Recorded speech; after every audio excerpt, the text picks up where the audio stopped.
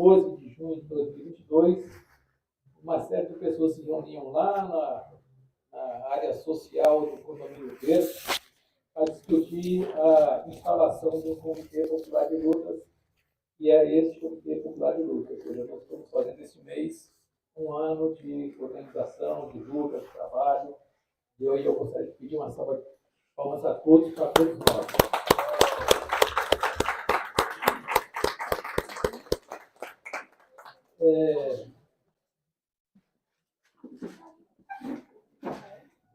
O objetivo desse novo programa é a gente trazer pessoas que contribuam para a formação política do Comitê Popular de Lutas e nos preparar, né, ou seja, e aperfeiçoar a formatação do comitê para que a gente possa cada vez mais desenvolver atividades que iriam defender, né, o nosso governo, né, o nosso modo de governar. Então, a partir desse evento, a gente vai trazer periodicamente outros eventos, outros entrevistados que possam contribuir com essa luta. Eu vou passar, primeiramente, a palavra para o presidente do PT, Jaci Afonso, para fazer suas considerações. Boa noite a todos. Obrigado pelo convite. É uma honra estar aqui novamente, na mesma casa, né? Tem um mês que nós viemos aqui, né? Na atividade que o Comitê fez para arrecadar recursos para a nação zumbi. Temos uma área da nossa família aqui, o egípcio ali, fez um jantar maravilhoso aqui. Então, acho que essa é a história dos comitês que a gente quer construir. Segundo, vim aqui para ouvir o Delúbio, então é ele que tem que falar. Mas eu não poderia deixar de falar de duas coisas que eu acho que é importante. Primeiro, significam uma atuação do partido, né? Nós não queremos que os comitês sejam comitês do PT, nós queremos que esses comitês sejam plurais, todos aqueles que defendem o governo Lula, são democratas que defendem o governo Lula, mas nós, enquanto partido político, nós queremos organizar os filiados do PT em cada região para que potencialize os comitês e que potencialize as outras iniciativas que tem no território. Então, espero que a gente, no dia 8 de outubro, estejamos aqui elegendo a primeira direção da zonal do PT aqui do Jardim Botânico, tá certo? Então, essa é a decisão que a gente tem que tomar no diretório do PT, para a gente constituir as 15 zonais. Nós temos 20 zonais do PT e nós temos 35 regiões administrativas. Então, a direção, nós queremos uma estratégia que em cada região administrativa tenha um diretório do PT para que possa potencializar os comitês e as outras ações. E uma outra ação importante é que no dia 1º de outubro nós teremos a eleição do Conselho Tutelar. A eleição do Conselho Tutelar virou uma eleição geral. E os nossos adversários, especialmente os fundamentalistas religiosos, estão tendo uma estratégia forte em relação à eleição dos conselhos tutelares. Então, nós teremos eleição, a Milka aqui, a nossa companheira do PT, atualmente é a conselheira tutelar aqui do Jardim Botânico, e nós queremos reconduzi-la na eleição no dia 1º de outubro. Então, acho que esse é o informe. E, por último, 2 pequenos informes de atividade. Dia 27, nós teremos o PPA participativo lá no Teatro dos Bancários. Então, nós queremos que todo mundo participe. Ontem eu fiz uma reunião, tivemos 2 reuniões ontem, uma reunião tanto dos partidos políticos, eu reuni toda a direção dos 7 partidos políticos que eu considero estratégicos do ponto de vista do governo, que é a nossa federação, PT, PV, PCdoB, a federação PSOL, Rede, o PSB e o PDT. Então, nós fizemos uma reunião ontem para que os partidos políticos também atuem na mobilização. À noite teve uma reunião plenária de preparação do comitê da plenária. Então, essa é a informação. E chegando aqui agora, recebi uma ligação do companheiro Eric Moura, lá do MDA, o Lula decidiu lançar no dia 28 de manhã, no espaço público, ali no museu, o lançamento da proposta da agricultura familiar, ano safra 2000, que o Lula vai lançar. Então, ele está fazendo vai ser o primeiro evento. Ele falou de programas, né? Porque o Lula foi lá no Guará, na atividade da imunização, da vacinação. É a segunda atividade que o Lula vai fazer de forma curta e não no Palácio. Então, é isso que nós viemos aqui para escutar o Lula. Obrigado. Passar aqui o Feijão para a saudação. Então, saudação breve. Boa noite, companheiros e companheiras, e passo a palavra para o Delúbio.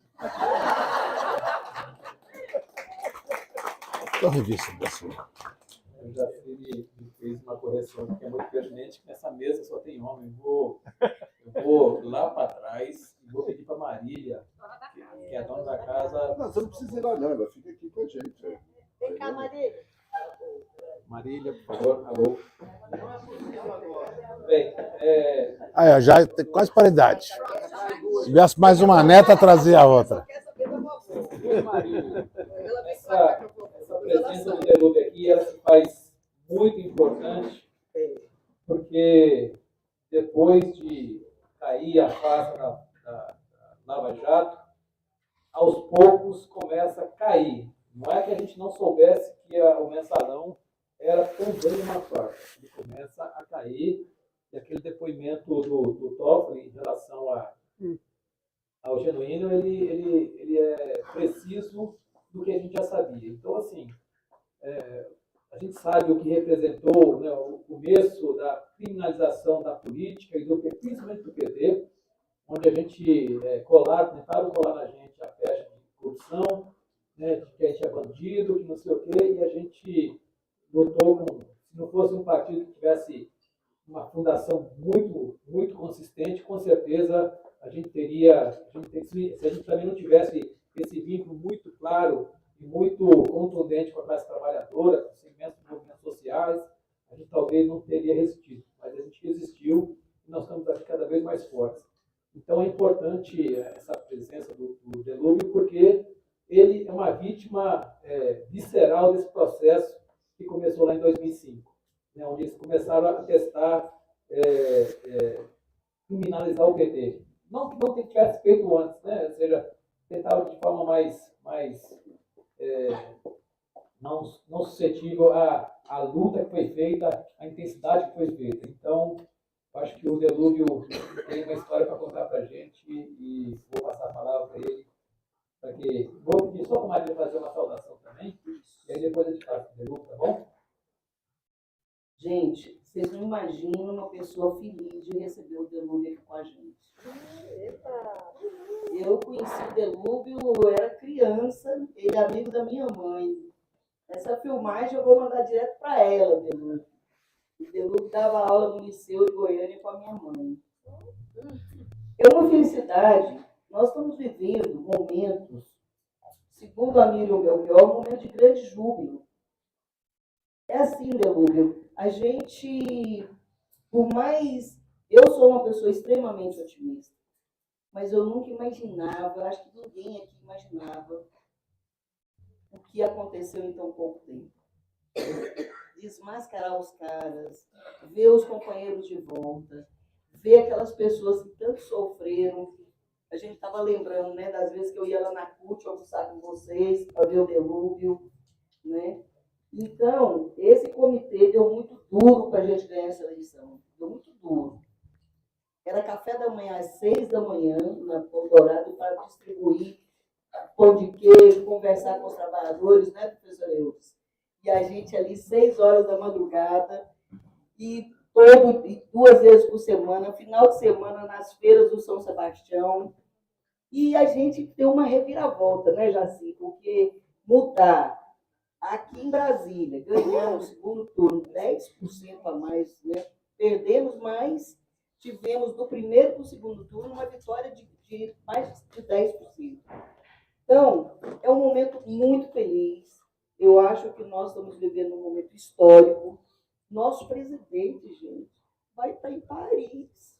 Vai falar no show do Coldplay com o mundo. Pensa, e ele estava com o Papa. É nós na fita, né, Sofia? Então, Delúbio, é muito gratificante ter você aqui, companheiro. Você não se vergou, você não se entregou, você foi massacrado, sofrido, e nós aqui sofremos por você. Então, muito feliz com você aqui em casa hoje, nesse comitê de luta, ter você aqui, viu? Sem mais delongas, Delúbio Soares. Meu Fernando, esse aqui é um carcereiro do Delúbio. Boa noite, Reinaldo vai estar companheiras solto. e companheiros. A Marília aqui é muito emocionante, né? Quando nós criamos o Vacari e eu, nós saímos da cadeia e não tinha muito o que fazer, né? Quando você sai da cadeia, a expressão maior é cachorro rei de mudança. Você não sabe se vai para frente, se vai para trás, se vai de lado, né? O cachorro. Cadê o outro microfone? Alô? Não, tá bem agora. Desculpa aí, é que tá gravando, né? Aí eu e o Vacari resolvemos conversamos com as autoridades de direito, não pedimos opinião, comunicamos, né? E aí, Feijó, quando nós fomos falar com o Lula e o Vacari, saímos de lá, e eu falei pro Vacari, esse negócio não vai dar certo, não. O Lula gostou pra caramba, aí o Vacari falou, por quê? O Paulo Akamoto concordou com a ideia sem reclamar, né? Se o Paulo Akamoto concordou, tá errado, né? Porque sempre discorda de tudo, né? Nosso presidente da fundação, falando isso por uma intimidade muito grande aqui, que eu tenho com o Paulo e com o Feijão. Aí nós criamos um movimento, coisa e tal, e a Marília fez um grupo da turma dela, do povo da Anvisa, outras pessoas, e o Lula não estava elegível, né? E o Brasil 2022 era importância de votar, programa de reconstrução nacional e o Lula. E as pessoas perguntavam para nós, o Lula não está elegível, como é que vai ser? Aí a gente falava que ia estar elegível, mas ninguém acreditava, né? O povo duvidava. Aí a gente falava, se o Lula não puder, quem ele indicar vai estar forte. Então nós temos que fortalecer o Lula, essa era a tese. Aí um dia, eu estou em São Paulo, estava na rua, né? A Marília me liga chorando. O Fachin liberou o Lula, o Fachin liberou o Lula. O choro, que parecia que estava chorando para o mundo inteiro de alegria, né? E aí, estava em Belo Horizonte, no Mercado Central. E ela chorava, sabe? Você não estava vivo, mas você sentia, né? Como eu conheço ela há bastante tempo, né? E eu, Marília, estou muito feliz de estar aqui na sua casa, conhecendo pessoas que hoje é a primeira vez que eu tenho contato pessoal. Muitos aqui eu conheço há bastante tempo, mas a maioria não me conhece, né? Conhece o Delúbio Soares da televisão, da CPI, né? Da Rede Globo Fala Bem, né? E eu brinco com todas as pessoas. O Reinaldo está cansado de escutar isso, porque o Reinaldo ficou junto comigo lá na CUT, esse período todo. O sindicato do Eudes ia lá sempre levar doce diet, né? Que era o campeão de doce diet, era assessorado do sindicato, uma pessoa muito maravilhosa. Sempre cuidaram muito, o movimento sindical e o partido aqui sempre cuidou muito bem de mim quando eu estava aqui, e o Agnello, né? O Agnello, eu sou eterno grato, porque o governador ele foi na Papuda umas 4, 5 vezes. E não foi escondido, não. Botava na agenda, ia lá na Papuda, visitava nós, visitava os demais setores da Papuda, que é correto, né? E todas as pessoas que o Agnello designou para acompanhar, trataram a gente muito bem, inclusive o chefe da CESIT, João Feitosa, e que hoje virou um grande amigo meu, né? O governo Agnello foi muito correto conosco, comigo, com o Zé Disseu, com todos os presos, mas em especial nós que estávamos sendo atacados pela imprensa e pelo judiciário naquele período. Quando eu falo judiciário, porque tinha um ministro que ficava cada dia dificultando a nossa vida, e o juiz local, né, o filho do Bruno Ribeiro, né? Embora tenha um time maravilhoso, mas o Bruno, fez tudo quanto é atrocidade no período que ele estava lá. Mas depois foi para lá e deu tudo certo. E quero dizer a você o seguinte: o que aconteceu nesse período? Eu vou contar uma história rápida. Eu quero ouvi-los um pouco, né? E parabenizar um pouco o comitê, né?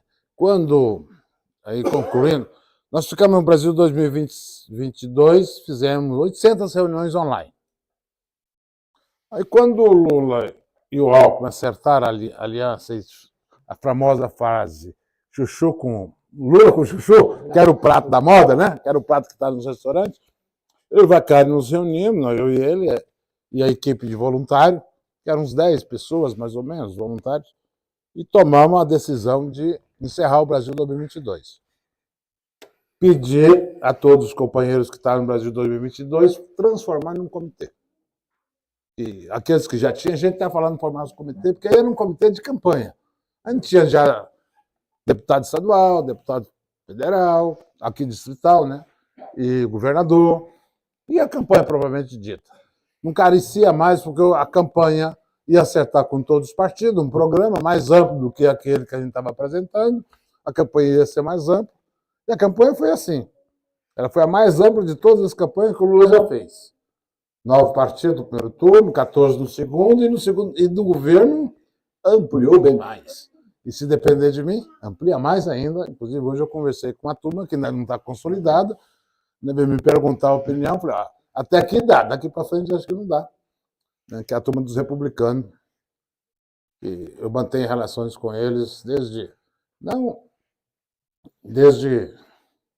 há muitos anos, né? E eles conversam com a gente, né? Eles sabem que a minha opinião é minha opinião, não é a opinião do partido, não é a opinião do governo, mas tanto a mim, ao Zé Disseu, ao Vacari, as pessoas procuram, né?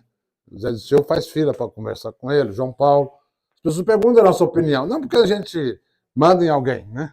Mas é porque nós temos experiência, as pessoas têm reconhecimento. Então, eu quero dizer a vocês o seguinte: o que aconteceu nesse período? Quando teve o mensalão, talvez alguns aqui não lembram do mensalão. Alguns não lembram, né? Quem não lembra da história do mensalão em junho de 2005? Levanta a mão. Quem não lembra o árabe lê? Então, a história do mensalão foi uma história muito difícil para as pessoas entenderem. Impactou o Brasil e principalmente a direção do PT. Aí, ó, o rapaz ali que eu acabei de elogiar. Essa hora eu falo meu protetor aqui do mensalão.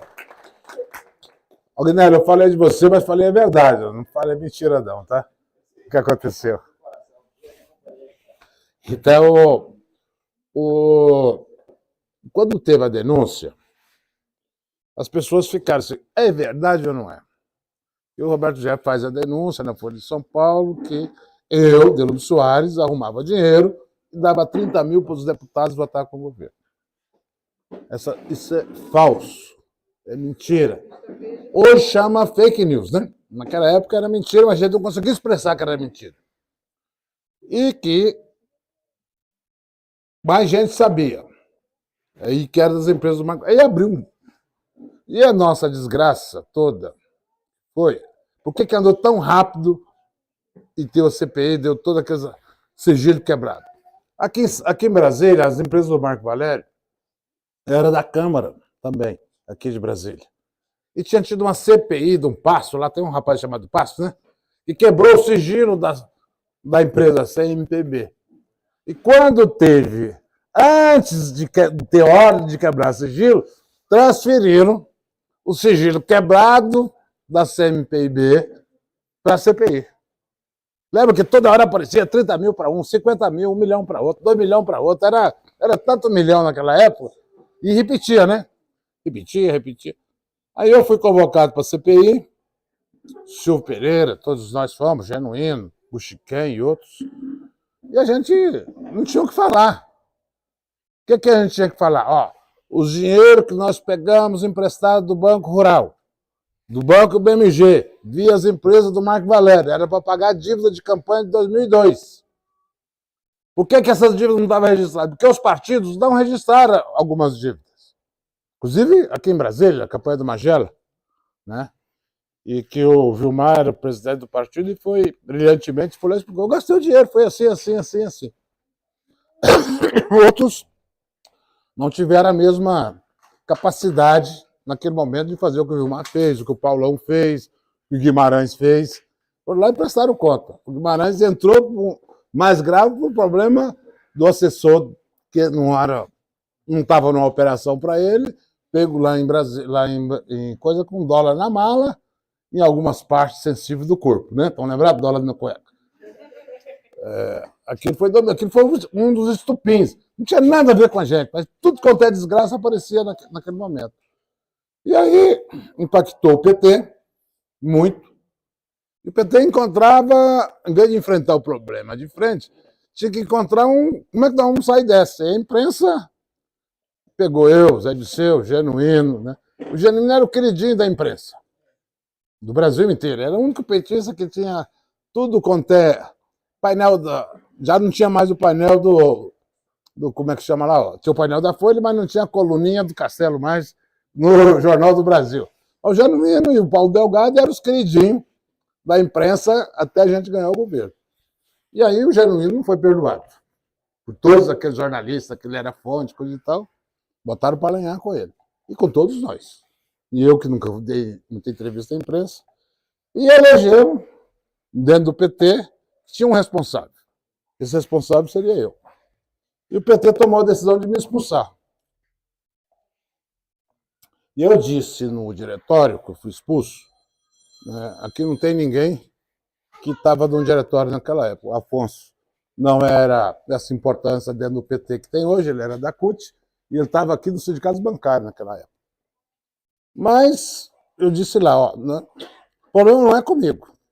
Veio um problema e encontrei uma solução. Pode ter sido errado, mas a solução que resolveu o assunto, né, com os partidos políticos. E isso teve assim, muita gente contra e teve muita gente a favor de nós. Um deles está aqui, o Feijó, que nunca tinha se decidido a filiar ao PT.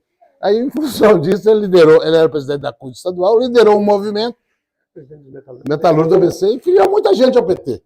Um ato muito importante lá em São Paulo, que o Feijó liderou, no meio daquela crise de expulsão. E aí alguém falou assim, nós temos que filiar gente no PT, nos partidos, trazer os outros partidos. Agora eu estou com um problema, eu vou nos lugares, eu fui outro dia lá em Macapá, terça-feira ou quarta-feira. Não, sábado, Macapá. Aí estamos lá discutindo, coisa e tal, aí um cara muito importante para Macapá, foi secretário de Educação, me viu e falou, quero falar um negócio. Tudo isso que você falou, por isso eu quero filiar o PT. Vou filiar o PT. Você concorda? Ele concorda. Já está filiado. É assim que tem que fazer. Aí vou anteontem lá na terra do Sarney, né? Anteontem. Lá no Maranhão. E fizemos um ato maravilhoso, né? Assim, gente que eu nunca via, parece que eu conheço há 30 anos. Ou 40 anos. Carinho, muito importante, um auditório lotado.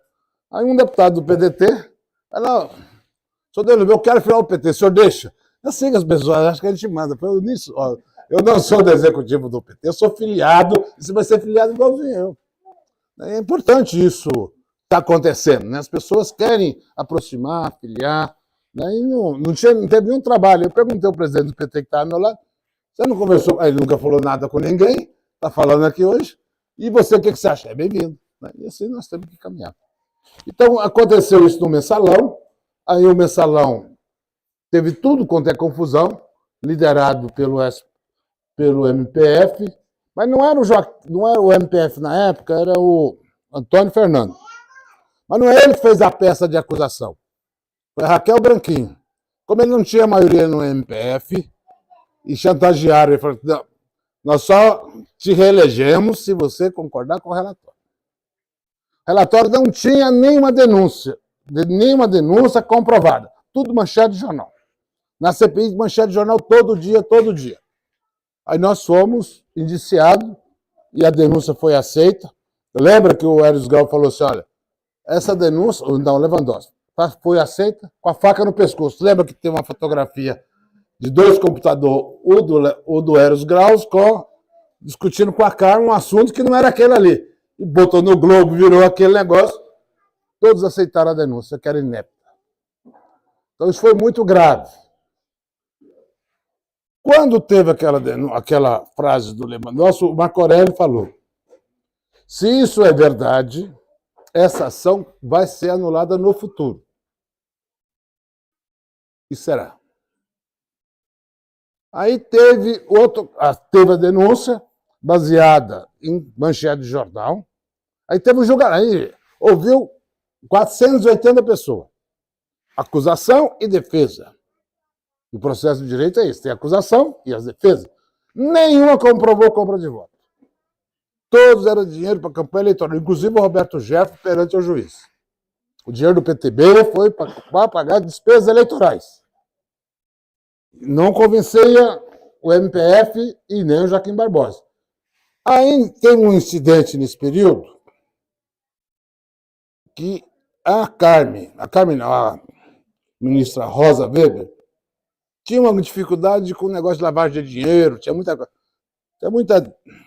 desse negócio de lavagem de dinheiro. Ela falou: vou convocar o juiz mais importante de lavagem de dinheiro que eu conheço. Aí convocou o Sérgio Moro. Né? Aí o Sérgio Moro, em vez de assessorar ela, assessorou o Joaquim. Essa é a realidade do mensalão. A realidade não é crua. Estou olhando o olho de cada um aqui. Foi isso que aconteceu. Hoje, o Sérgio Moro passa a assessorar o Joaquim, né, o juiz substituto convocado, né? Não sei se tem alguém do direito aí. O STF pode convocar quem quer, STJ pode convocar quem quer, né? E foi assim.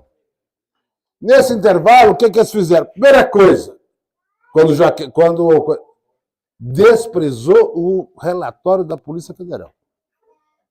Fez um relatório, N volumes, apenso, né? Não tinha uma acusação contra nós. Não teve. Era compra de voto, essa era a denúncia. Não tinha o que não está no processo, nos autos, não está no mundo. Né? Não é isso? Mas não tinha compra de voto. Tinha pagamento de campanha eleitoral que remetia para a Justiça Eleitoral. Esse é o relatório do delegado Zampronha, que depois foi convocado aqui para trabalhar com o Bolsonaro num cargo importante aqui. Né? Mas ele, como ele, e a Marília, a mãe dele, deu aula comigo também, mas não no mesmo colégio, no colégio anterior, no liceu. Depois encontrei com ele, que se apresentou. Quando ele foi fazer as entrevistas, as audiências, né? As oitivas, muito difícil. Mas depois, a hora que o Joaquim recusou, ele me procurou, contou a história dele, ele era filho de quem, não sei o quê, que estudou no liceu, não sei o quê, não sei o quê, não sei o quê, e que estava chateado porque não usou o relatório da Polícia Federal. Então, foi para o julgamento. No julgamento, eu não podia ser julgado lá, o Genuíno já não podia mais, o Genuíno podia, que era deputado federal, o Zé Disseu não podia e outros. Fomos todos ali, fomos massacrados. Massacrados, não tinha o que falar. Tudo que a gente precisasse falar, não tinha audiência. Não tinha rede social naquela época. Tinha TV, Senado, TV Justiça e reproduzia em todos os outros canais. Foi a maior audiência jornalística que já teve. E começou dia 2 de agosto, terminou 17 de dezembro, para impactar nas eleições municipais de 2012. Mas como a Dilma estava muito bem, nós conseguimos eleger o Haddad.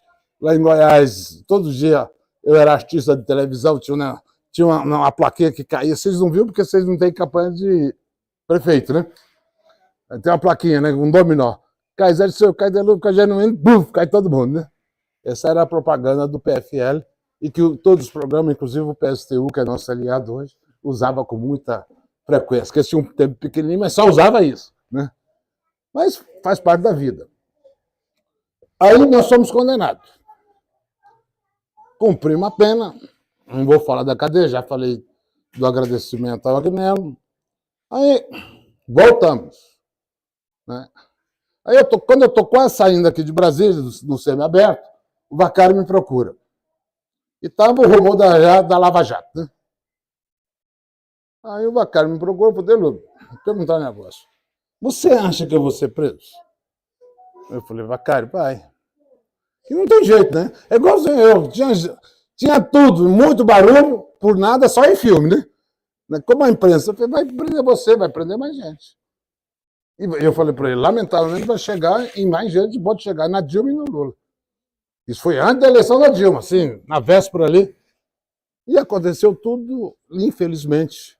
Não é que porque eu falei, Deus disse amém, né? Mas aconteceu que a gente estava estudando, até comentei com o Reinaldo. Aí deu toda a confusão da Lava Jato. A Lava Jato, o que eles fizeram? Usaram a Lava Jato para impulsionar o impeachment. Usaram o impeachment para ir atrás todas as maldades que fizeram, não vou falar outras palavras aqui, que está gravando, né, contra o Lula. Aí o Reinaldo, eu estava aqui em Brasília, limpei as gavetas, peguei o indulto, não tinha o passaporte ainda, o Arroz só liberou meu passaporte um ano depois, mas não tem problema, não usei ainda, uma hora eu posso usar. Não tive condição de viajar. Aí, chego em casa, numa quinta-feira, 9 horas da noite, peguei um avião aqui, eu e a Mônica, minha companheira, de 30 e poucos anos de relação. Chegamos em São Paulo, nem tive tempo de olhar o apartamento direito, cansado, né? Já fui dormir. Uma cama que tinha 4 anos que eu não dormi. No outro dia, 6 horas da manhã, bate a Polícia Federal. Do mesmo esquema que faz barulho, não sei o quê. Aí fui lá. Uma delegada, ó, tem essa ordem aqui, e vasculhou tudo. O Afonso é um frequentador da minha casa, sabe quanto disso que eu tenho. Eles pegavam o CD, abriam um por um, olhavam se tinha recado, se tinha telefone no fundo do CD, né? Mas aí não deu conta de fazer tudo. Eu tinha 6.000 CD naquela época, né? Mas estava bem empoeirado, né? Porque CD, se você não pegar, não usa. Quando eu vim preso para cá, a Mônica não teve condição de usar. Então, e fui para lá. Não tinha Spotify, não tinha iTunes, o iTunes estava começando. Aí o que acontece?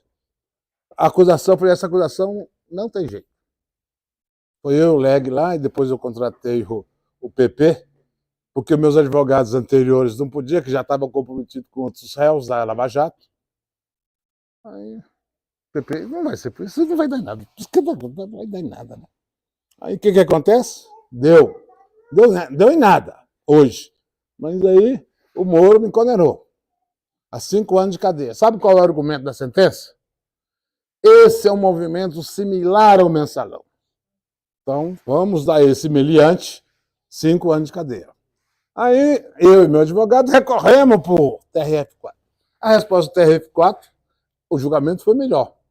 Repetiu todo o argumento do Moro, aí acrescentou, se ele poderia saber, deveria ter evitado a lavagem de dinheiro. Então, mais 1 ano nesse meliante.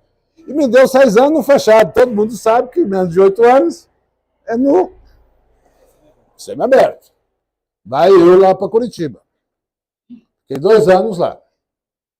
No período do Lula, Lula foi uma semana, fui na outra.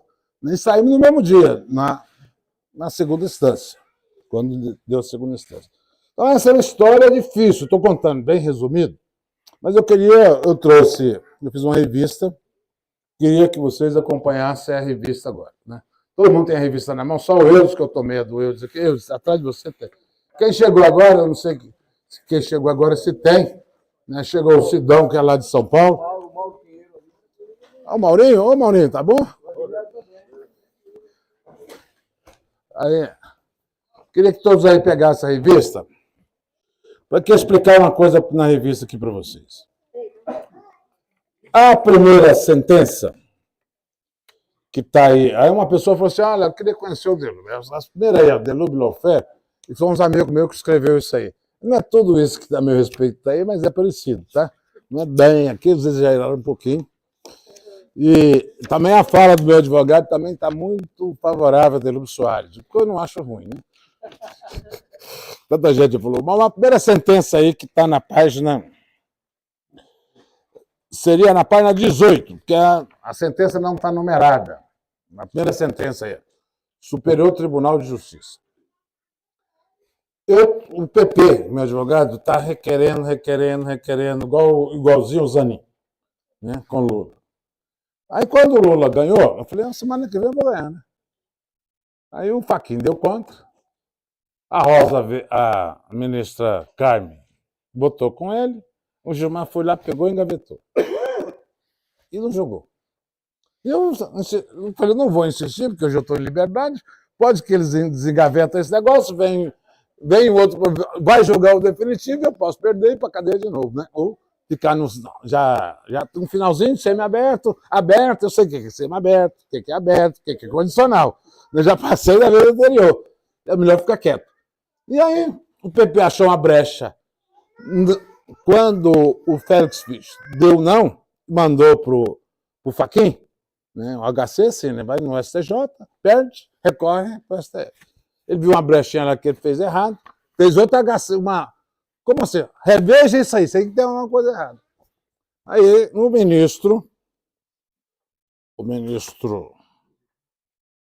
Ribeiro Dantas, no dia 3 de março de 2003, tomou a mesma decisão que tomaram com Lula, que o STF tomou com Lula. Essa vara não é competente para julgar. Aí ele argumenta na página aí, na penúltima página, em expressão simples. O juiz, o acusador, que é o MPF, escolheu o juiz para julgar. E essa vara não era competente. Então, na lei, o acusador, que é o promotor, o procurador não pode escolher o juiz. E foi constatado aqui, e jogou para o eleitoral, e que já está prescrita. Aí eu queria que vocês agora, que é mais doloroso para mim, né? Na segunda sentença, né, que aí tem um argumento da minha advogada, aí começa a sentença número 2, ação penal, procedimento ordinário. Né? Aí na página 2 da sentença, só queria ler um trechinho para vocês. Eu não vou ler aqui, na consoante, vem lá, levantamento de R$150 mil. Descontado no Banco Rural, por Renata Maciel Rezende Costa.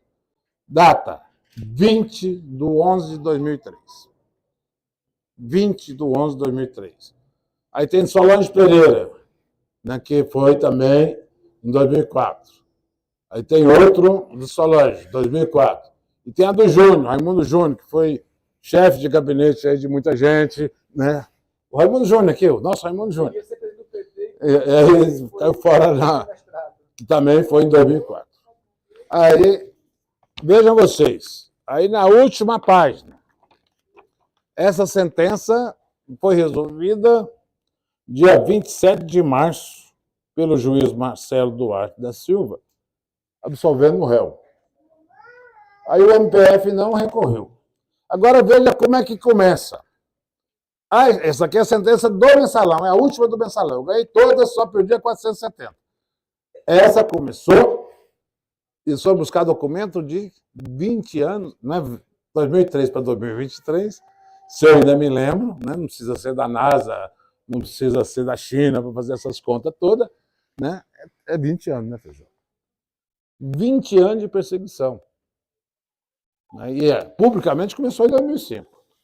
Aí eu ganhei essa sentença, né? Aqui tem duas coisas aqui também que eu queria mostrar para vocês. Isso aqui foi minha defesa ao STF. Eu saí no Brasil inteiro, igual estou fazendo com essa aqui, né? Estou distribuindo, discuti com a OAB, discuti com a universidade, não adiantou muito. Perdi. Condenado. Né? A do PT é a mesma coisa. Né? Eu saí aí por aí tentando voltar ao PT, tentando conversar, já tinha sido expulso. Também não deu certo. Então, essas aqui eu não vou publicar. Vou publicar que eu ganhei a força. Né? Eu agora não sou o recupero, né? Mas vou mostrar o que eu ganhei. Né? São essas duas sentenças que encerram de vez todas as ações criminais contra Delúbio Soares. A do mensalão, essa também é do mensalão. Do mensalão teve essa, teve peculato, teve formação de quadrilha, teve como é que chama esse negócio? Falsidade ideológica e teve gestão temerária. Eu ganhei todas. Aí ganhei como é que chama aquele negócio? A Operação Vampiro. Operação Sanguessuga. Tinha nada a ver com aquilo. Mas bota lá, né? O cara está sujo mesmo. Vamos ganhar mais essa pessoa. Então, isso que aconteceu. Hoje, eu fiquei muito feliz no final do ano, em outubro, né? Porque nós, com tudo que nós sofremos, eu não pude fazer campanha como eu gostaria, porque ainda tinha esses 2 processos em curso, o Vacari também, o Zé Disseu também, né? Nós não pudemos fazer como deve ser feito. Um militante como nós, né? Temos experiência, temos vivência, somos fundadores do partido, mas nós conseguimos uma vitória espetacular. Eu achava que nós ganhávamos a eleição no primeiro turno. Quase ganhamos, mas ganhamos no segundo. Não importa a diferença. O povo brasileiro, não importa o tanto de... Como nós estamos aqui, vocês são de Brasília, tem menos, mas Goiás tem mais. Lá tem um animalzinho que andou muito nessa eleição, chamado lobo-guará. Né? A periferia de Goiânia foi invadida por lobo-guará. Aquelas casas mais simples, enchia de lobo-guará com 22, né? Para quem não sabe, o lobo-guará é o animalzinho da nota de 200. É o que custava os votos em Goiás, no Brasil inteiro, no Nordeste. Toda cidade que eu vou, na periferia teve derrama de dinheiro. E aí a gente chama lobo-guará, que é mais simples, é mais bonitinho. Todo mundo gosta do lobo-guará na nota e na televisão. Mas se for no seu galinheiro, fica ruim, né, Guilherme? Então, o lobo-guará circulou para todo lado, mas mesmo assim nós ganhamos a eleição. E hoje o presidente Lula, tudo que nós estamos fazendo, perguntei ao Feijó, está melhor agora ou está pior do que você foi do outro governo? Ou está bagunçado?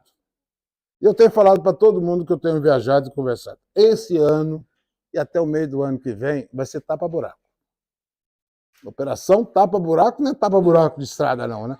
E quando nós ganhamos do Fernando Henrique era tapa-buraco mesmo, as estradas estavam tudo emburacado. Agora é um tapa-buraco geral. Eu não consigo uma expressão melhor, né, que todo mundo entende que nós vamos ter que fazer. Mas eu acho que nós estamos confiantes. O presidente Lula está tendo muita clareza do momento. Eu acho que nós aqui, para encerrar, eu acho que o pronunciamento do presidente Lula no 1º de maio foi altamente significativo para a classe trabalhadora brasileira. Ali foi um pronunciamento que marcou a posição. Não é contra ninguém, mas alguém tem que ser cuidado. Quem? A classe trabalhadora brasileira. Acho que é por isso que nós trabalhamos tanto. A emoção da minha quase filha, né? Naquele dia que o Lula foi libertado, o cara fala, agora vamos ganhar, dela, né? E realmente se concretizou. Né? Muita gente partiu antes, não podendo na vitória, na Covid, na falta de assistência médica, de assistência social do governo do Maledito, mas mesmo assim essas coisas foram superadas. A única coisa que nós não podemos recuperar as 700 mil mortes da Covid. Mas nós podemos ter um programa de conforto às famílias, os órfãos, né, porque isso tem que ser feito. E o Brasil é para cuidar das pessoas, e o governo é para cuidar das pessoas. O Lula falou isso com muita clareza da campanha, que ele e o Alckmin não ia governar, ia cuidar. É disso que o Brasil está precisando. E cada um de vocês aqui sabe o que estão fazendo, já ocuparam funções importantes, outros voltam a ocupar função importante, sabe o que tem que ser feito. Apoiar o governo de corpo e alma, e quem não acredita em alma pode acreditar em outra coisa, mente, quem gosta de rezar, reza, quem gosta de orar, ora, quem gosta de fazer macumba, faz, candomblé, né? Pode não ser espírita, tudo quanto é força, energia positiva para que a gente possa acabar com a fome, não ter uma pessoa morando de aluguel, né? Ter escolas de boa qualidade, um SUS decente e o Brasil voltar a crescer, né? Voltar à industrialização. Então eu estou muito feliz. E mais feliz depois do dia... Esse março para mim é o março do ganhador, né? De 2005 fui perdedor, né? Agora ganhei e estou aqui comemorando com pessoas maravilhosas como vocês que se dispôs de vir da casa de vocês aqui hoje. Agradeço a presença de todo mundo e quero, de coração, agradecer a todos vocês e chamar para a gente construir esse país soberano, solidário e fraterno. Muito obrigado.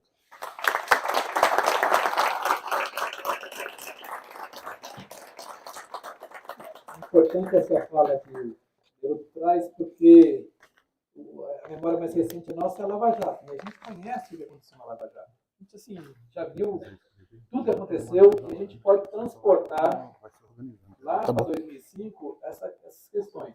Né? Quando a gente pega, eu estou em contato quase sempre com o Henrique Isolato, que é um companheiro do Banco do Brasil, que estava na diretoria de marketing do banco quando sai aqui esse escândalo.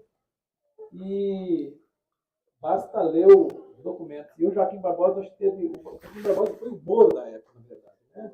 Onde ele soube jogar, né? E nesse contato com o Pisolato, estou participando de uma rede lawfare, contra o lawfare, né? Que é integrado pelo Pisolato, pela Cleide Martins, pela Isabel Gomes, que é viúva do nosso companheiro da Caixa, Pedro Eugênio, que está numa luta muito forte para demonstrar o lawfare, para combater o lawfare. E aí eu estava, nessa época eu era estudante de direito, né, agora, recentemente, né? E aí fui ler os documentos que condenaram o Isolato e também, logo, também trazendo também a questão do dinheiro público da Visanet lá. E aí você pega os documentos lá do banco, as notas técnicas, e você vê lá que as notas técnicas que aprovavam os pagamentos da Visanet para os prestadores de serviços de marketing, né, as agências de delúvio, estão No lá, Maguaré, né? estão lá, são Gostaria decisões coletivas, ou seja, tem um documento que é elaborado por um assessor, assinado por um outro diretor. outro negócio, depois vai para um comitê, e esse comitê assina em conjunto. Pasmem, em algumas das notas trazidas como prova, o Pisolato não tinha assinado lá. Ou seja, o Pisolato não podia chegar assim, olha, paga esse dinheiro aí. Não tinha essa possibilidade. Não tinha essa possibilidade. O que resta é reparar que, infelizmente, e aí eu tinha uma grande esperança nesse terceiro governo Lula, talvez o banco se retratasse com o Pisolato, porque foi... em nenhum momento o banco chegou, não do ministro Joaquim Barbosa, não, peraí, não, esse dinheiro não é público, esse dinheiro é da Visanet, é um dinheiro privado, onde eu só falo onde é que ele vai ser aplicado, eu não recebo, eu não transito pela minha contabilidade. E não foi possível fazer esse tipo de coisa, e é uma mágoa que eu tenho com relação ao Banco do Brasil. Só explicar o que é. Nós temos que ter claro o seguinte. Por que o Pisolato foi o primeiro julgado? A primeira condenação chama-se Henrique Pisolato. Porque eles pegaram o dinheiro da Visanet, fez uma confusão tão grande, olha, para contaminar os 55 milhões das empresas dos dois bancos. Deu todo o dinheiro público. Todo mundo achava que nós pegamos, inclusive tem uma ação civil aqui em Brasília, que eu e o Genuíno, eu e o Zé Disseu temos que devolver aos cofres públicos os 55 milhões que foram pegos, já está em quase R$1 bilhão. Mesmo nós não vamos pagar isso. Nós não temos e não vamos fazer nenhum movimento para isso. Segundo, não tem nada a ver. Eles contaminaram a ação, começando com a Visanet, dizendo que a Visanet é Banco do Brasil. Mas a Visanet era um conjunto de empresas bancárias. Então, por isso que foi o Pisolato foi o primeiro. Depois o João Paulo, na Câmara, que tinha o Marco Valério prestava serviço à Câmara Federal. Eu quero pedir reservas aqui, não reserva, porque está gravando. Não, reserva do ponto de vista de compreensão de vocês. Nós vamos entrar com ação criminal, como é que é? Revisão criminal. No momento certo. Esse não é o momento de fazer. Eu tenho essa clareza, meus advogados têm essa clareza, já conversei com o Zé, também tem essa clareza, João Paulo tem essa clareza. E o Genuíno também. Esse momento teve muita gente importante que hoje está pró-nós, em algumas instâncias federais, alguns tribunais, e que naquela época não teve essa compreensão. Então, calma lá, nós vamos entrar no momento certo. em vida ou em memória. Já deixei uma procuração para minha neta. Minha neta, meus filhos, e a Mônica e para o sobrinho da Mônica também. Né? Qualquer familiar pode pedir. Então, queria avisar isso para vocês, né, para a gente ter claro. A ação penal foi a barbaridade das barbaridades. Pai, avô da Lava Jato. E o Joaquim fez tudo. Se o Moro era assistente do Joaquim, tudo quanto é que o Joaquim fez, o ministro Joaquim Barbosa, o juiz da 13ª Vara se deu no direito de fazer em Curitiba. E eu cumpri o objetivo deles, que era pegar Lula e impedir Lula de ser candidato a presidente. E nós, infelizmente, eu fui junto de novo, mas agora espero que não seja mais. Desculpa aí, tá? Então, essa narrativa, ou seja, essa apuração da Zanetti, teve um inquérito da Polícia Federal que chegava à conclusão que aqueles recursos eram privados, só que o Joaquim Barbosa pega esse inquérito, tranca numa ação sob sigilo e impede o acesso dos advogados dos companheiros na Lava Jato. Ou seja, a tese de que...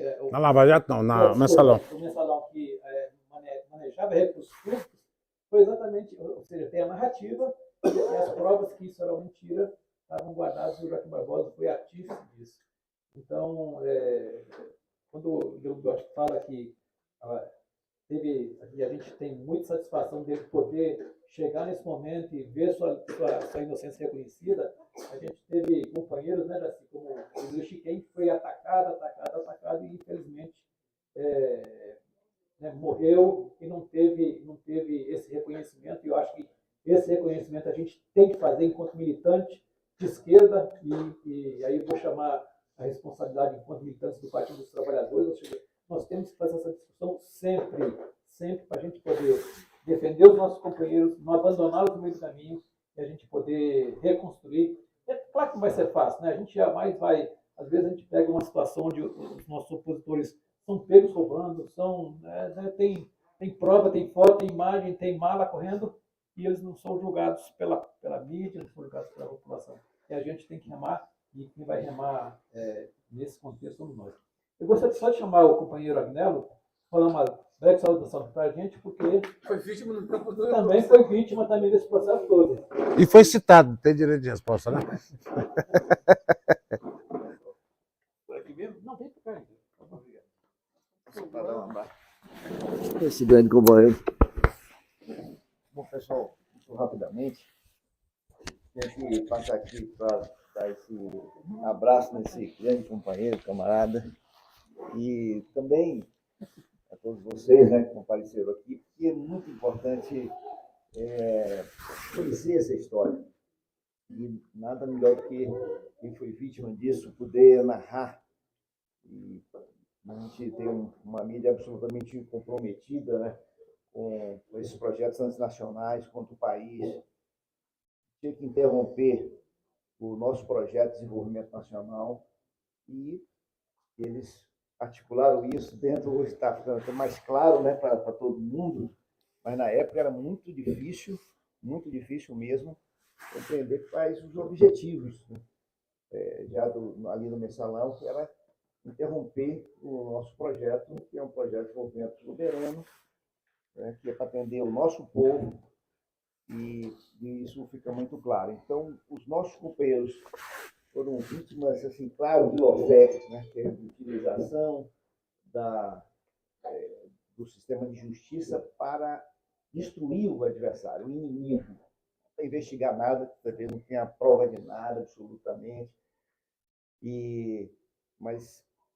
Então, os primeiros companheiros que, né, foram vítimas disso, né, com os companheiros de Núbio, o Zé Genuíno, né, Busquem, né, João Paulo, e vários companheiros nossos. E muita gente não identificava o que estava ali pela frente, qual era o objetivo claro. Não individualmente as pessoas, mas tinha um objetivo muito claro, que era chegar no Lula como eles chegaram, justamente utilizando esse instrumento do sistema de justiça. E teve momentos que eles não escondiam de ser claramente que o objetivo era, inclusive, era cancelar o registro do PT no TSE. Ou seja, não tinha assim, meias palavras, que o objetivo era isso, que era uma organização criminosa, aquela coisa toda que Joaquim Barbosa cumpriu isso. Posteriormente, dando sequência a isso, ficou mais claro ainda com relação à Lava Jato, né? E hoje a gente está vendo claramente, com todos esses instrumentos, a quem eles estavam servindo.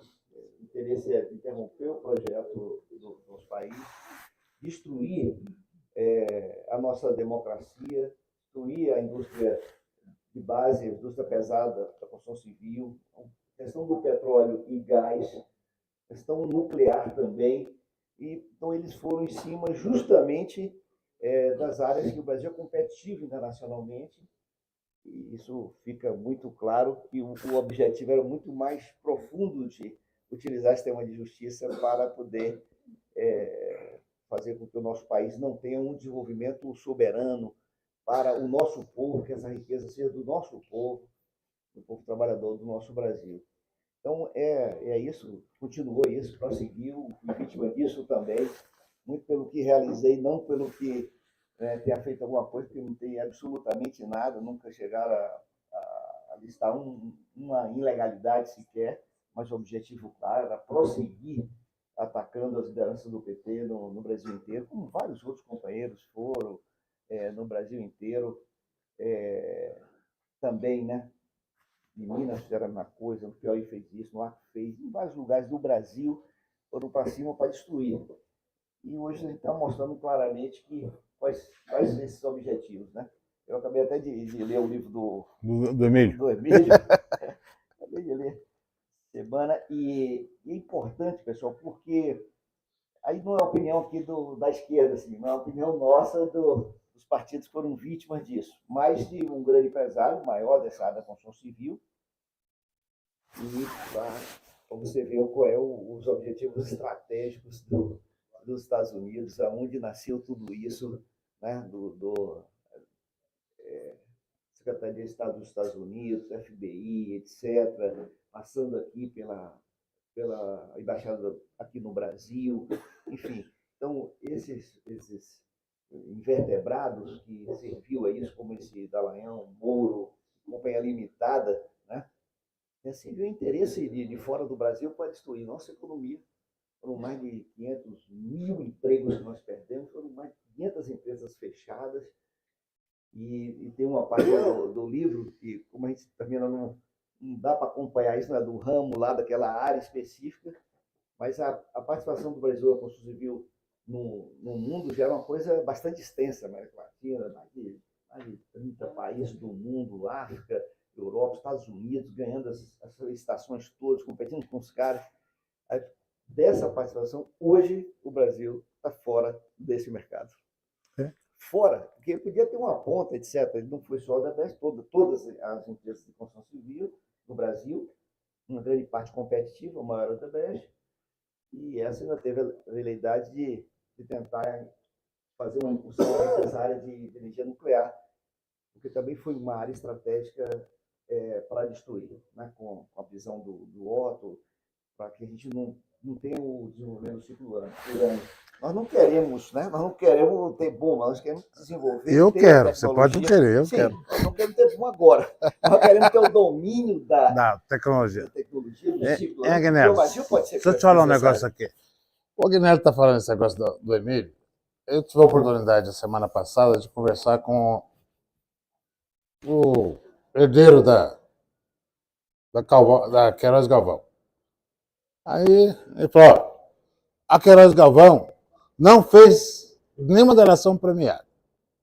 Nós temos 4 executivos que estão com 70 anos de cadeia e hoje ganhou. Nós não fizemos, mas eu perguntei, e vocês, como é que ficou? Quebrou? Falei, não, nós ainda temos 15% do patrimônio que a gente só perdeu 85%, mas 15% é maior do que o seu. Só para ter ideia. E só aceitaram no livro do Emílio, que só aceitaram a delação premiada deles, desse jeito, tá, o Odebrecht quebrou, vai quebrar, vai falir, são 250 mil só na Odebrecht, vai ser 5 milhões de desempregados. Aí aceitaram a delação premiada, que eles não queriam aceitar a delação premiada, queria cada vez extorquir mais a Odebrecht. Foi uma indústria da delação premiada com objetivos claros. Sim, a gente já conhecia isso tudo, mas é importante alguém que participou diretamente, no caso dessa empresa, e os diretores da Odebrecht, tudo, o relato de todo o grau de perseguição, de tortura psicológica, até física, uma série de ações que foram feitas para tentar chegar nesse objetivo. E o objetivo era muito claro, né? Porque no início eles tentaram colaborar e não tinha acordo, porque o objetivo era muito maior, era quebrar, era atingir a Petrobras violentamente por trás de uma força que estava no mundo, né? Com um pré-sal, etc. E essas foi o chamado da guerra híbrida, essa guerra que é feita hoje sem um tanque ou sem um soldado, mas que utiliza nos diversos países, você está vendo isso hoje aí na Ucrânia, etc., utiliza gente que não antipatriotas, vende pátria, brasileiros vermes, para servir ao interesse de fora desse império. Foi o que aconteceu aqui no Brasil nesse período todo, e nós somos vítimas disso. Nós tínhamos consciência disso, resistimos como vários companheiros, com garra, com determinação, porque compreende a luta política, sabia qual era o objetivo que eles estavam perseguindo e que nós ganharíamos todas, como o Delu ganhou, o Genuíno ganhou, já está ganhando, e tudo isso porque realmente não tinha nenhum fundamento esse tipo dessas denúncias contra a gente. E o objetivo claro era esse. Por isso que é muito importante esse debate, da anfitriã, a Marília, o Paulo e todos vocês que compareceram aqui, porque realmente eu acho que é muito importante isso, mas falou muito bem nessa questão da solidariedade companheira, compreender a realidade que tem, porque muita gente do PT entrou nessa onda da imprensa, acreditava nisso, tinha ilusão com a imprensa, e ainda uma parte ainda tem, mas é um absurdo, não podemos ter, sabemos que está aí, momentaneamente, por questões até de sobrevivência, e até porque eles apoiaram uma candidatura fascista, que estava levando o Brasil, né, destruindo a democracia do Brasil, destruindo o nosso país no mundo, isolamento da política, e eles viram que uma situação vai terminar respingando como ia respingar. Mas não devemos ter ilusão, porque isso é momentâneo e as questões principais eles continuam formando, como é a questão, por exemplo, do sistema financeiro. Agora estão vendo a queda de braço desse presidente do Banco Central, que saíram e deixaram um bunker, que é o Banco Central, independente para ter interesse do sistema financeiro contra o nosso país. E persiste isso, que é um absurdo, uma excrescência de manter uns juros altos dessa forma como está tendo hoje. Né? E agora ele segurou no limite, quer dizer, que era para fazer oposição ao nosso programa de governo. Nos próximos vai ter que baixar os juros, mas não porque ele quer, mas sim porque a composição já mudou dos diretores novos do Banco Central. Mas no limite sabotou nossa economia nesse período, como fez até agora, para impedir.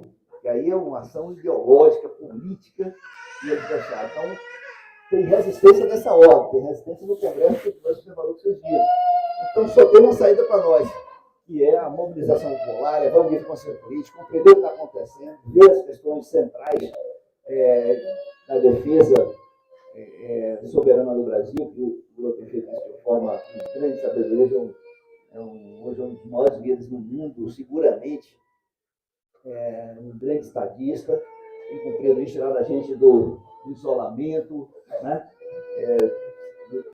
Tomando já um papel de protagonista no mundo, nas principais pautas do mundo, e internamente nós temos que continuar firmemente aqui para poder ter o desenvolvimento do nosso país.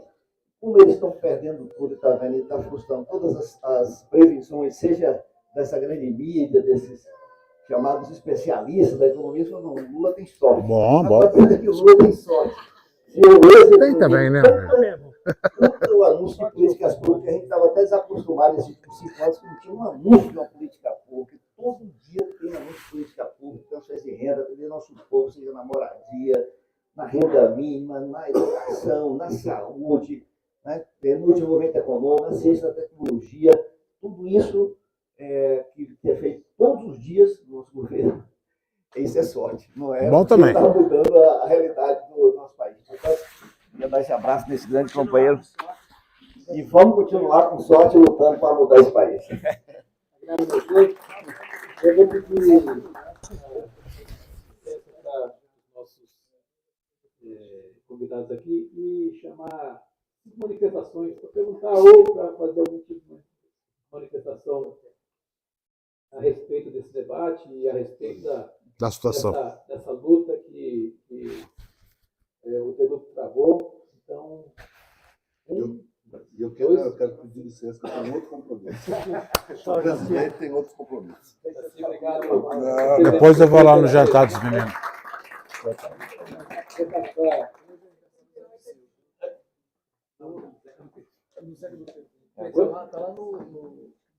Hoje é aniversário do Zeca do PT.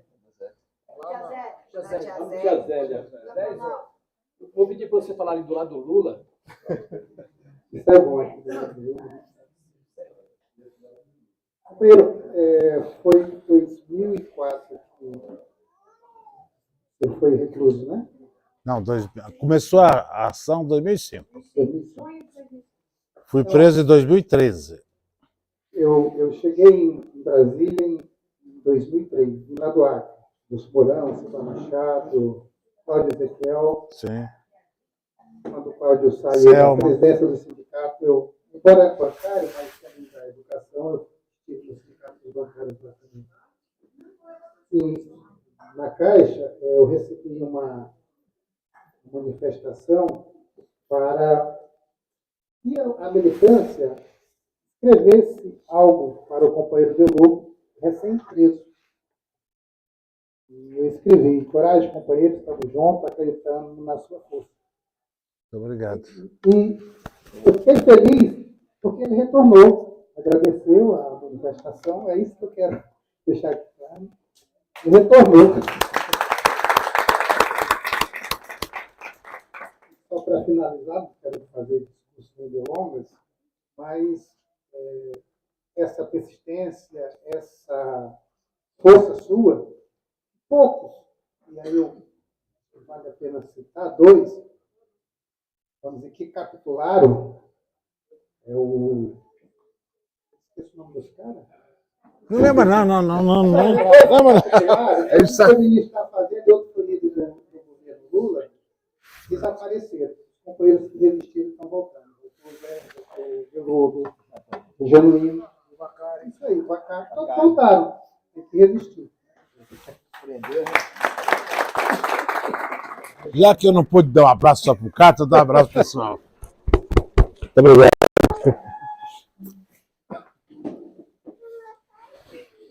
E a Lili e a Malu, as que são responsáveis pelo comitê? Ó, Belu, quem deu a ideia de fazer essa reunião foi a Malu, viu? Oi, boa noite. Meu nome é Paulo. Olha aqui do lado de Elonia, tá? Esse companheiro. Derruba o Lula não, pelo amor de Deus. Você, companheiro Beluga, que bom vê-lo aqui. Sofremos juntos. Temos um passado aí de recente, de sofrimento, mas de muita luta sempre. Eu queria fazer uma pergunta bem objetiva, Fique à vontade. porque ela me incomoda faz muito tempo.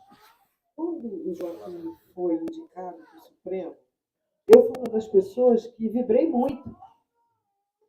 Eu achei o Joaquim uma super sacada do Lula, um homem negro, um cara pobre, e eu acreditei muito nele.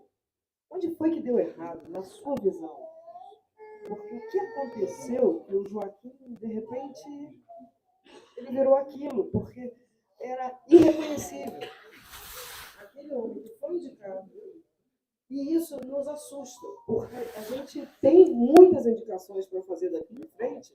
Como é que a gente faz com isso? Eu me lembro perfeitamente primeiro, eu fui lá para frente do STF acender vela para o Gilmar Mendes não ser aceito pelo Congresso, para o Senado rejeitar. E não rejeitou, claro, está aí, o decano e tal. Mas eu fui lá, eu estava lá. Então, assim, desde muito tempo a gente está acompanhando essas indicações. A indicação do Lula foi assim, foi muito comemorada por todo mundo. E, de repente, deu tudo errado. Eu tenho medo. Também.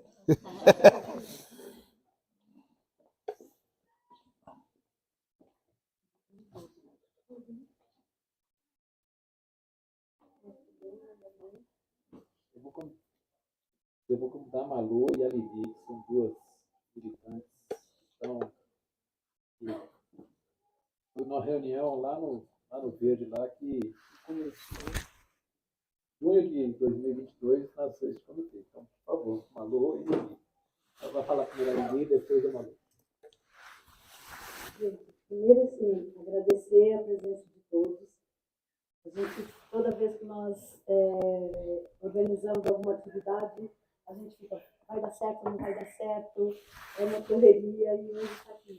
Beleza, que está mais um evento nosso de comitê, que começou com poucas pessoas lá no Verde, e esse Verde virou uma floresta.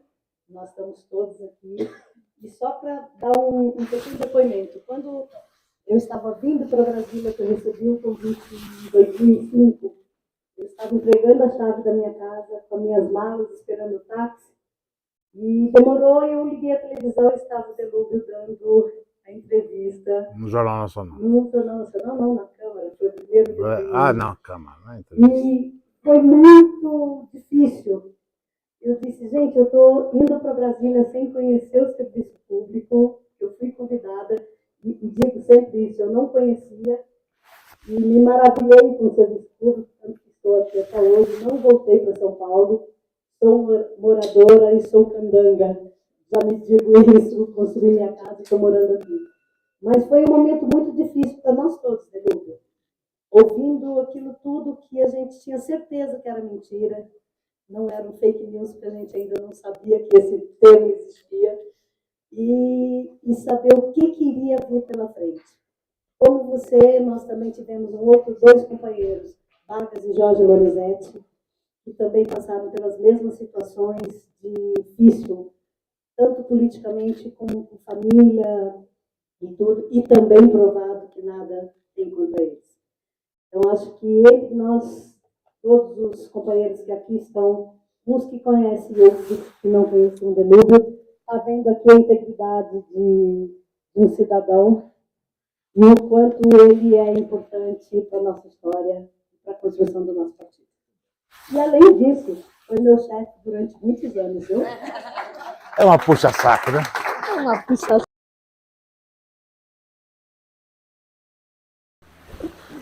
O chefe dela foi minha mulher, não eu.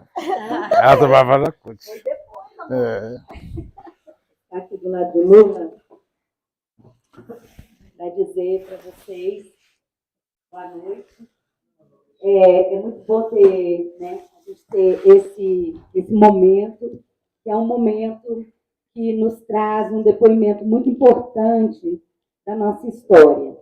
A gente que viveu essa história, que acompanhou de perto, que sofreu, e que a gente sofre até hoje ao escutar o relato, Delúbio, e infelizmente a nossa proximidade, a Lili é tão próxima de você, conviveu, eu não tive esse prazer, mas como todos os militantes do país, né, nós sofremos com vocês. A gente sofreu muito a cada momento e é muito bom a gente poder escutar, e nesse momento agora, assim, depois que passou, né, para poder a gente não deixar que a história morra. Porque por que a gente estuda história? É justamente para a gente se fortalecer enquanto humanidade e não deixar que a história se repita. E a gente não quer que essa história se repita. Então, por isso que a gente tem aqui, a gente criou, eu propus a criação do Comitê Popular de Luta do Jardim Botânico e encontrei um monte de amigos maravilhosos que se uniram. Marília, a Lili já é minha amiga há muitos anos, e todos os companheiros que estão juntos no comitê e que estão fazendo o comitê firme e sem se dissolver, porque muitos comitês foram criados, mas após a campanha se dissolveram, e a gente tem mantido essa força, porque a gente não quer que a história se repita.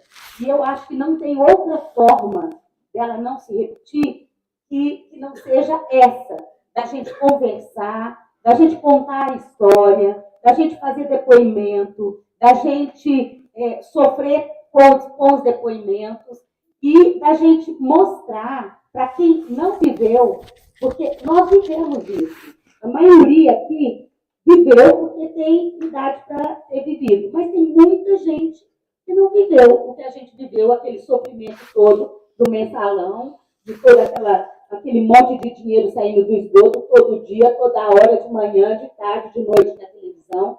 Aquilo foi um sofrimento tão grande para a gente que muita gente, muitos jovens, muitos adolescentes, pessoas que estão se formando agora, não viveram. E se a gente não contar, se a gente não fizer o trabalho de base, que é a essência do nosso partido, a gente não consegue mudar. A gente corre o risco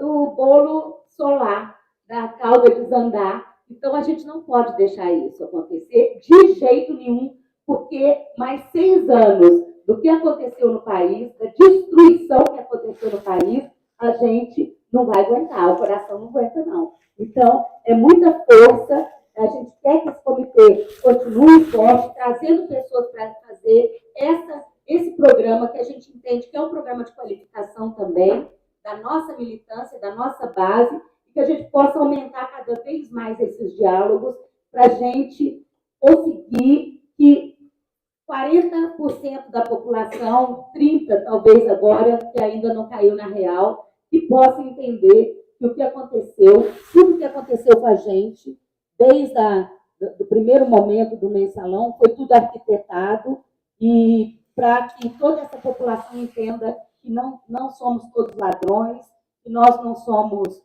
bicho-papão, que nós não somos os comunistas que vão comer criancinha. Eu acho que isso ainda rola muito e a gente tem um trabalho muito grande pela frente. Quero agradecer demais você ter vindo. Eu conversei com o Pedro fez esse contato e a gente propôs esse diálogo foi muito importante para a gente aqui do comitê e para todo o governo nosso e para toda a população aqui do DF e do Brasil. Muito obrigada.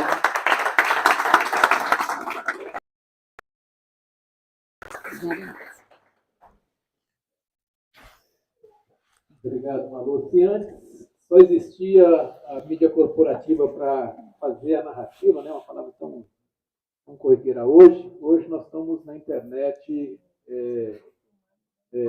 divulgando esse evento, transmitindo esse evento para que mais pessoas possam ter contato com a verdade.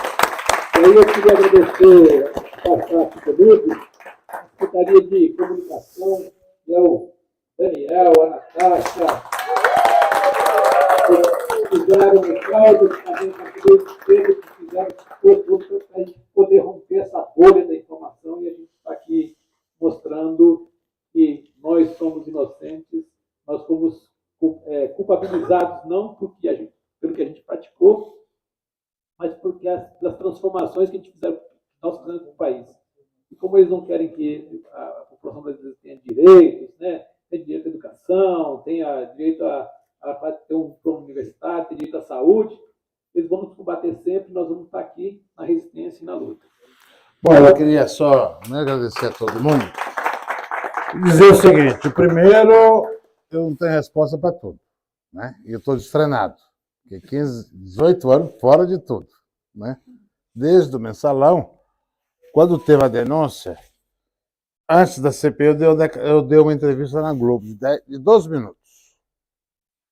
Aquilo que eu achava, mas nada foi considerado, nem pelo PT e nem pela mídia, que tinha acontecido. Uma entrevista longa, no dia 14 de junho de 2005. Eu lembro, não porque eu lembro da entrevista, porque era aniversário do meu afilhado, meu sobrinho, e meu povo viu lá e ficou muito impactado. Aí é o seguinte, se nós vamos errar de novo, vou contar o episódio do Joaquim Barbosa. Aconteceu com outros também, mas o Joaquim Barbosa é mais simbólico.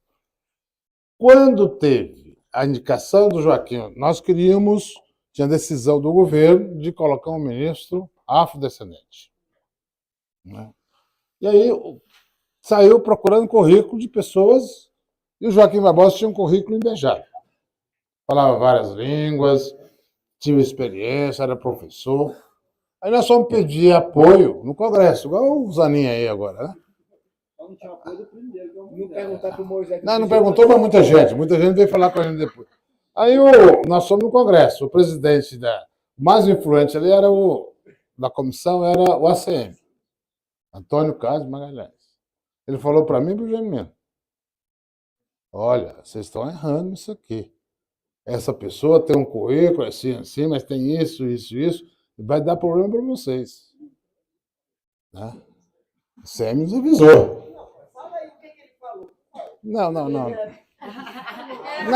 vem ao caso, né? Avisou que era uma má escolha. Mas nós escolhemos.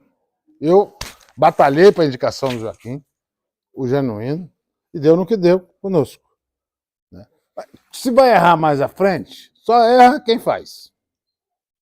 Né? Eu acho, e também com a do Toffoli. É quando fala alô, a pilha, né? As indicações. Qual que é o problema das indicações? Quando você indica um ministro, né, antes você vê o currículo e vê tudo. Depois ele assume, ele faz o que acha que deve. Tem um ministro aí que no passado todo mundo falava, impediu o Lula de virar ministro, liderou o STF para botar a prisão em segunda instância, depois fez tudo o contrário. Liderou o STF para botar acabar com esse negócio de segunda instância, voltar à Constituição. Né? Por isso eu não vou pedir revisão criminal agora. O que é duro. Mas isso é o STF. Não vamos escolher, o Lula está com muita clareza. Mas eu queria dizer uma coisa para vocês. Os outros ministros que nós escolhemos, o Aire Brito também fomos avisados que não ia dar muito certo. O Peluso ficou pouco tempo. Todo mundo avisou para nós que o direito não ia dar certo. Né? Deu certo, mas morreu logo. Né? O ministro Direito, né? O nome dele é Direito. Não, Ásio Tavasque. Foi o segundo ministro, o terceiro ministro que nós indicamos. Sei lá o que é Direito. E aí ele adoeceu, morreu, e veio a teoria no lugar dele. Então é o seguinte, o que acontece? A indicação de ministro não cabe a nós. Cabe ao presidente da República e cabe ao Senado analisar. E o presidente da República tem muito conselheiro. Alguns maus, outros bons. Né? Como eu não estou aconselhando agora, espero que todo mundo que esteja lá seja melhor do que eu, né? Então, quero dizer isso. Segunda coisa, nós não precisamos assustar com o atual momento político. Estamos indo bem. Porque quem está comandando está indo bem. Quem está comandando as finanças do Brasil, a economia como um todo, está indo bem. Vários ministros estão tentando acertar e alguns errando por natureza, que é normal. Muitos estão lá a primeira vez, muitos falam mais do que precisam, mas vai se acertando. É assim formação de governo. É assim qualquer situação, seja onde for. Então, eu quero dizer isso para vocês. Segundo, eu falei com o meu compadre, outro dia nós fizemos um café da manhã que foi muito, muito longo, que Brasília, o Distrito Federal, precisa dar uma contribuição ao entorno de Brasília em 2024, porque aqui não tem eleição. Qual a sugestão que eu falei com o Afonso, ele concordou. Mas ele acha difícil de fazer. Porque aqui em Brasília, eu conheço aqui muitos anos, eu sou de Goiás, né, acompanhei aqui quase todas as eleições importantes que teve aqui do sindicato, bancário, rodoviário, professores, todos. Eu gastei 2 Fusquinha que eu tinha aqui em Brasília. E que um Fusquinha era caro naquela época, né? Ainda mais para um professor como eu. Então, eu era presidente da CUT de Brasília, de Goiás, e vice-presidente da CUT Nacional para o Centro-Oeste. E depois outras funções na CUT. O que acontece? O ano que vem tem eleição nos municípios. Nós tivemos uma eleição aqui uma vez em Cidade Ocidental. Tinha um candidato bom. De repente, Brasília inteira foi para lá. Ninguém foi para Formosa, ninguém foi para Planaltina, ninguém foi para Pato Bernardo. O que é a sugestão que eu dei para o Afonso? Cada zonal, comitê zonal, né, que chama? Zonal, de Taguatinga, daqui, não sei de onde, cuidar de uma cidade. Pegar uma cidade para cuidar. Se aqui é para cuidar de Planaltina, de Goiás, não se meta lá em Pato Bernardo. Vai cuidar de Planaltina. E política tem que ter disciplina. O nosso problema do PT e de vários petistas é fazer aquilo que acha que pode e que deve. Eu aprendi isso ao longo do tempo. Está escrito desde 48, né, no manifesto do Partido Comunista. Disciplina central e centralidade. E quando eu fui na China, a primeira vez, eu, Genuíno e outros, nós fomos fazer a percussora do Lula. E nós conhecíamos a China de literatura. Ninguém tinha ido à China. E chegamos lá, fomos recebidos e o impacto muito grande, principalmente para mim, para o Genuíno, que eram os dois que estavam na delegação, cuidando da delegação, que eles começaram a tratar a gente como se nós fôssemos mais importantes que o presidente da República. Que lá é assim, o partido é mais importante do que o governo, do que os empresários, do que os sindicatos, do que o terceiro setor e do que o Exército. O Exército das Forças Armadas. E nós falamos, no Brasil não é assim, pessoal. Não é assim porque vocês ainda estão novos. Vai ser assim a médio prazo. E eu estou convencido que eles têm razão. E o que eles, depois da andança nossa lá, nós fomos lá visitar o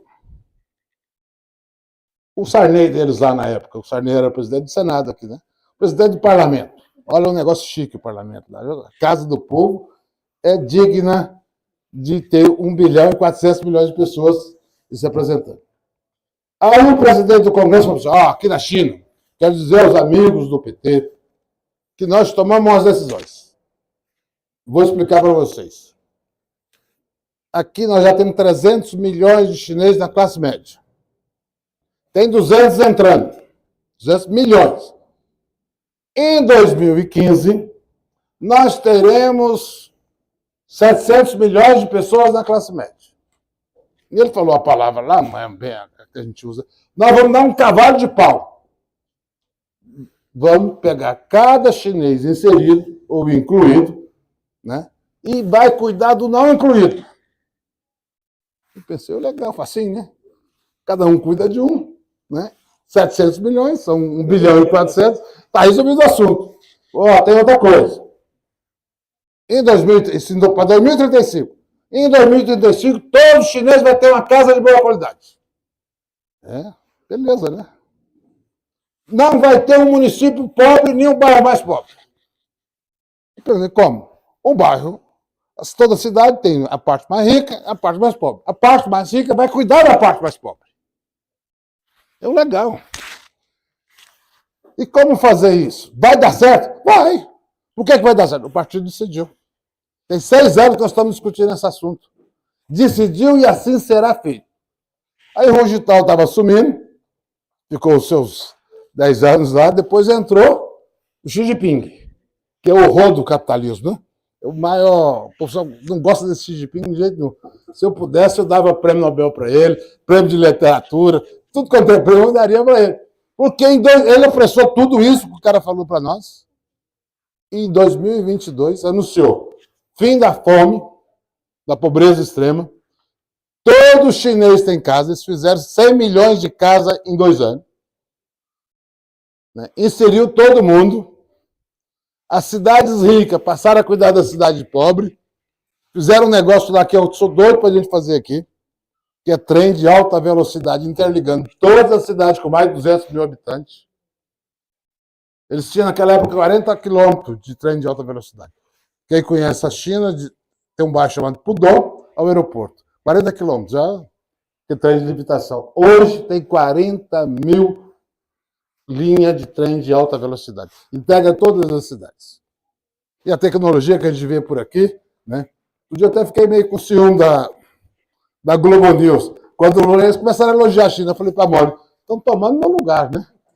Chinês, mais chinês. Porque está certo. Por que eles podem fazer isso? Porque tem um partido com definição e tem disciplina política. 7 horas, decidir uma meta, aquela meta tem que ser cumprida. Por isso que as escolas lá, o menino começa com 3 meses de idade e vai até os 25 anos. E estuda 14, 15, 16, 17 horas, e a competição é muito grande. Mas aqui no Brasil, nós precisamos fazer algumas experiências importantes. Não dá para fazer o que eles fizeram, porque lá já estão 70 anos no governo. Nós aqui ficamos 13, né, um pedacinho, e agora estamos retomando. Mas nós temos que fazer isso a educação. Tem que federalizar a educação do Brasil.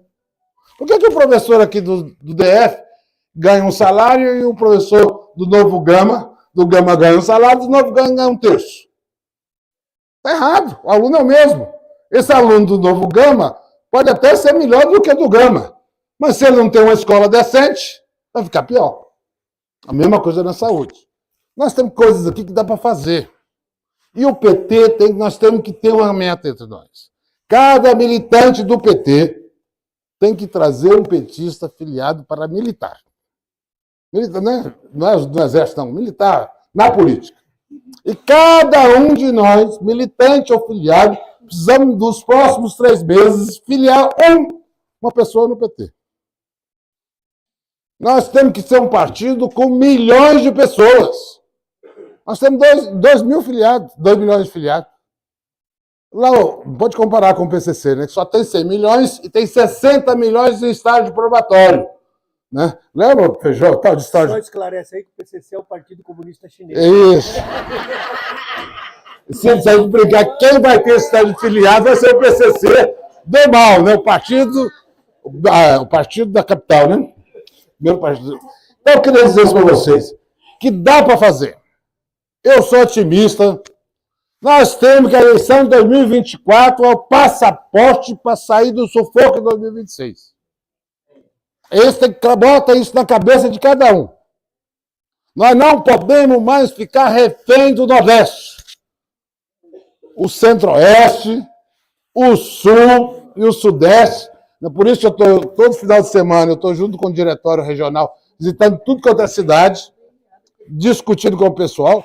Nós temos que reverter esse quadro nas cidades médias e pequenas do Sul. Aqui em Goiás é o contrário. Lá no Goiás, né? Como a gente fala. A gente ganhou na periferia. E perdemos em Goiânia, perdemos em Anápolis com louvor, com 29 a 71, e é louvor. Do outro lado, né? Perdemos nas grandes cidades e ganhamos nas pequenas. Ou empatamos nas pequenas. Ou perdemos um pouquinho. Nas grandes nós levamos uma lavada. Por isso nós só tivemos 41% dos votos. Era para ter 45, 47. Aqui é difícil ganhar. Mas da próxima nós temos que ganhar. Não é porque nós queremos governar. Porque o plano de governo aqui foi governo. 4 anos não resolve. Tem que ter sequência. Ninguém aprende, ninguém vira doutor em 4 anos. Primeiro tem que fazer lá, fazer o primário, desculpa, né? O ginásio, que eu sou da turma antiga. Fazer o científico, fazer o 2º grau, a graduação e depois fazer o doutorado.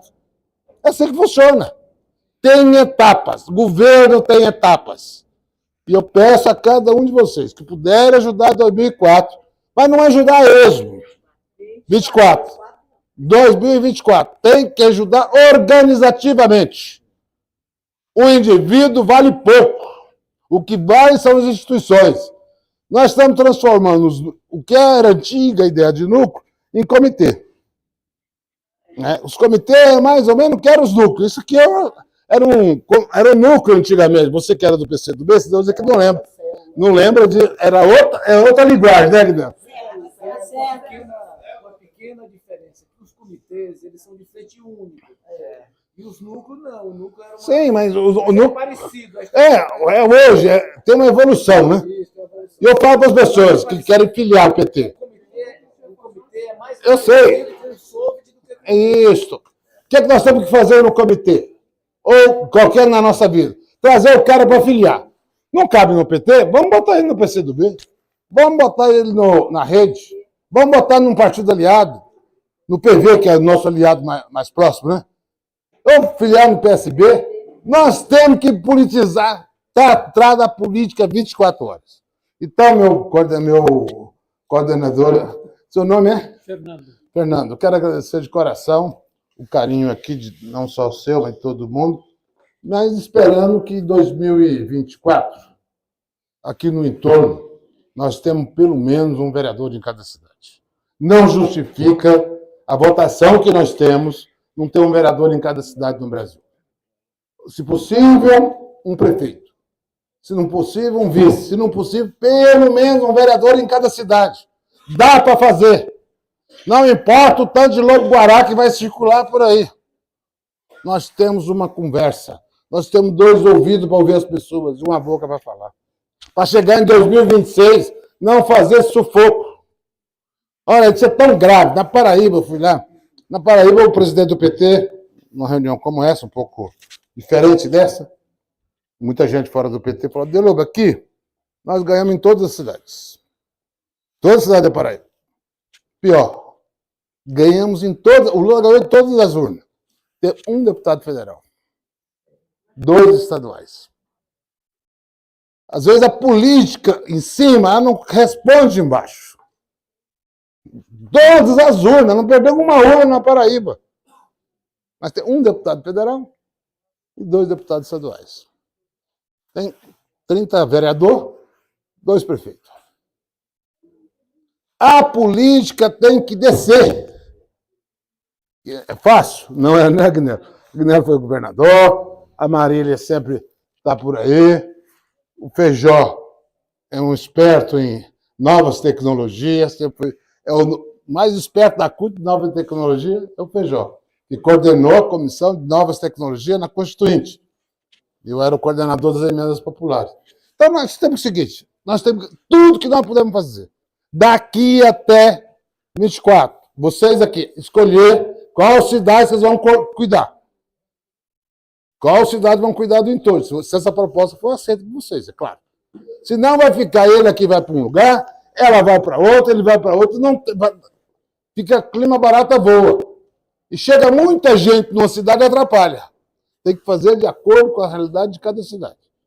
Segundo, 2026. Né? Esses comitês têm que ampliar. Tem que ampliar. Tem que ampliar, porque o comitê será... Até agora, não precisa disso. Mas acho que vai precisar. Lula vai chegar a um ponto, do jeito que ele está trabalhando, na maciota, com o Congresso, vai chegar a um ponto que vai ter alguma medida política que nós vamos ter que chamar a população para decidir através de um plebiscito. Se nesse mandato ou no próximo, vai acontecer. Porque a direita vai reagir e nós vamos ter que fazer um enfrentamento. Se hoje for ter um plebiscito sobre a questão mais grave que está acontecendo, que é o marco indígena, né? O marco regulatório das terras indígenas, marco temporal, que é o nome científico, né? Nós perdíamos. Nós temos que fazer o debate dos temas que nos interessam e aprovar aquilo que precisa ser aprovado. Segundo, eu fui agora no norte. Eu estou em todas as capitais. Há uma preocupação com tal de águas, exploração de petróleo no marco equatorial, ou seja, na foz da Amazônia. Há um impacto muito grande nas lideranças. Todo mundo quer.